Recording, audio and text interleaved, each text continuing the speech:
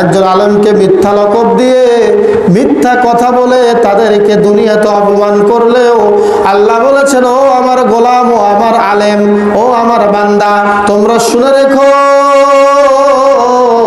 দুনিয়ার সকল দরজা বন্ধ হলেও আমার জান্নাতের দরজা তোমাদের জন্য খোলা থাকবে। বলেন সুবহানাল্লাহ।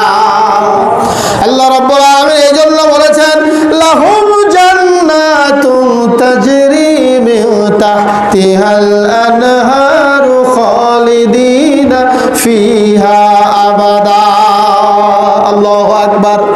যারা সত্য কথা বলবে সত্যই তাদের কিয়ামতের দিন উপকার দিবে।